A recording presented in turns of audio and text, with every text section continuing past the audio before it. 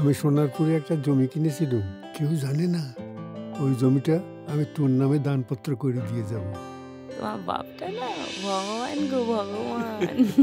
হ্যাঁ রে, হেগে মুতে ভগবান তোকে জমি দিয়ে গেল। হাসি মাসি তো হাসি মাসি। হ্যাঁ আমার জীবনে সব থেকে বেশি ইম্পর্টেন্ট হাসিদি। হাসিদি থাকলেই সব ফিট। ডোমেস্টিক হেল্প থাকলে বউ খুশি, আর বউ খুশি থাকলে উনিও রিল্যাক্সড।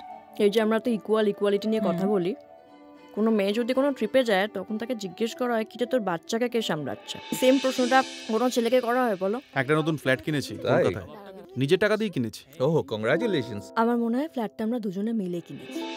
আর একটু করে নাও বৌদি, এখন কাজের বাড়ি গেলে বর গালাগাল করবে। শ্বশুরের পা ভেঙেছে, সবাই নাকি হাসপাতালে। সব মিথ্যে। করদই ঢবের চাকরি দাঁড়াবার। কি? আমি অফিস সামলাবো, বাড়িতে আসবো, ছেলেকে সামলাবো, রান্না করবো, সব কাজ আমি করব। এই সব কটা কাজ না নিজে দুদিন করে দেখো। আগে ছেলে না আগে অফিস? তা কি করবো, আমি চাকরিটা ছেড়ে দেবো? হ্যাঁ দেবে। Your office, whoever you are, a man or a আমার পয়সায় বসে বসে খাস, লজ্জা করে না? আইদার তুমি চাকরিটা ছাড়ো, না হলে বুবলাইকে বাইরে কোথাও পাঠিয়ে দাও। তোর রোজগার কত? সংসারে কত টাকা দিস? টাকা দিয়ে আমি কারোর মুখ শুনতে পারবো না। Now it's a man's world, you know? আমরা যতই স্বাধীনতার গুলি আওড়াই না কেন, সংসার চালানোর দায়িত্ব এখনো শুধুমাত্র আমাদের।